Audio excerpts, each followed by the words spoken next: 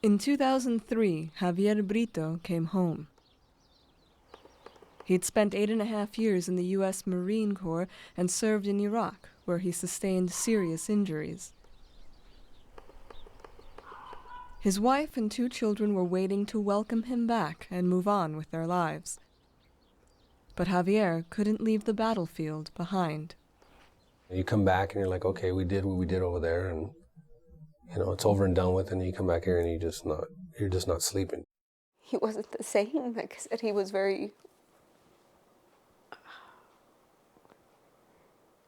he wasn't joking. I couldn't bring anything up, or everything was wrong. And just constant friction. You have a little bit of a temper also when you're back here. Things they set you off a little quicker. When I would get upset, I have a family and stuff, and they saw it, but I never directed it towards them. I knew when it was coming, and I'd go outside and I'd channel it a different way. I'd dig a hole. I built a dog house, and we didn't have a dog. Just things like that. Despite Javier's efforts, the change in him took a toll on his family. It was hard. Because, how do you explain that to the children? Lydia pushed Javier to get help. In late 2004, Javier went to the Southern Arizona VA healthcare system to ask for something that would help him sleep. He found the post-traumatic stress disorder, or PTSD, outpatient clinic instead. The PTSD program actually has been here probably for close to 35 years. It's been here for a long time. PTSD is an anxiety disorder that can develop after someone experiences a traumatic or life-threatening event. Experts estimate that 10 to 20% of combat veterans suffer from PTSD at some point in their lives. In a combat zone, PTSD symptoms are actually really adaptive. It's really good to be hypervigilant. It's really good to not trust people. Okay, if they don't have the same color uniform, I don't trust them. It's probably a pretty wise belief system to have. Those kind of beliefs just don't work back here. Dr. Marks's PTSD clinic saw about 2,300 people last year in southern Arizona alone. Marks, a war protester during the Vietnam era, has spent most of his 35-year career helping veterans and other trauma survivors. Historically, what people have thought about PTSD is that if you go through a traumatic event, you just don't think about it. Try and avoid thinking about it. What we found is, in fact, the exact opposite is true. That really to get beyond the trauma or the consequences of the trauma, what you really need to do is think about it, write about it, talk about it. On paper, in groups, and in one-on-one sessions, veterans in the treatment program confront their experiences over and over again. The idea is to habituate, to get used to the memories and situations that trigger their anxiety. In the process, veterans rebuild how they see the world. All of us, as we grow up, we develop these beliefs about the world. The world is a safe place, good things happen to good people. When you're in a war, those kind of beliefs typically get shattered. So really we help them begin to look at some of their beliefs around the traumatic event, beliefs about themselves, beliefs about the world, and beliefs about other people.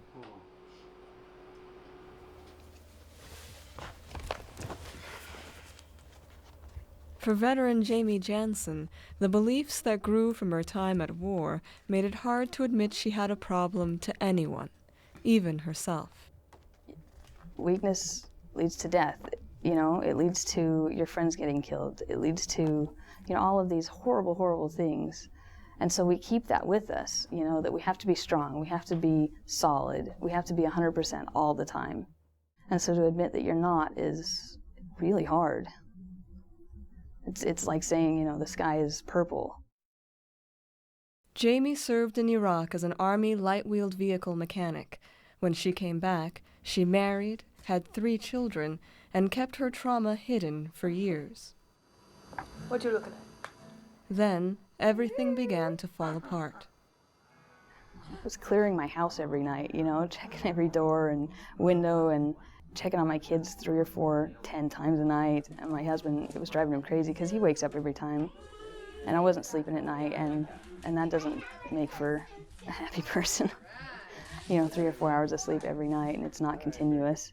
And it got to the point where, you know, I was just yelling all the time. All the time. I remember once my daughter, she's 6 now, I think she was 5.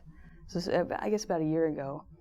She spilled something, and you know, I was in a good place that day, and so I didn't yell, and she started crying, and I was like, what's going on? And she says, you're not mad at me? You're not going to yell? And I was like, that's not good if my daughter's crying because she's expecting, you know, an avalanche because she spilled her juice. Like Javier, Jamie found her way to Dr. Marks and spent most of 2011 working through the program. So you describe the event, the thought or belief, leading to the emotion that was triggered. Let's see, and then you rate the belief, like how much you feel each part of it. And then your emotions, you again rate that in a percentage, you know, 0 to 100%. And then you start challenging those beliefs. It's really, really hard to challenge something that you've held on to so tightly for so long. But once you do, it's amazing. It's liberating. To recover and reconnect with their lives, Jamie and Javier had to re-examine their ideas about PTSD and what it means to be a soldier. A veteran will never really get to be a civilian again.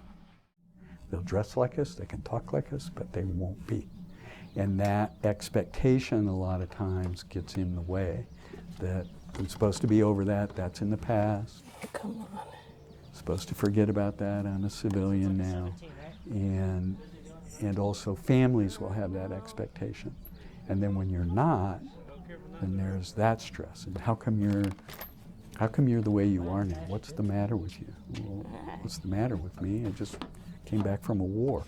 I got changed. Doesn't have to be bad. It's just different. And in fact, there's some research that demonstrates that a lot of people can actually improve, if you will, be better because of their traumatic experiences. Veterans don't like, I always promise them I won't say this in public, but I do. The most compassionate people you'll ever meet in the world is a veteran.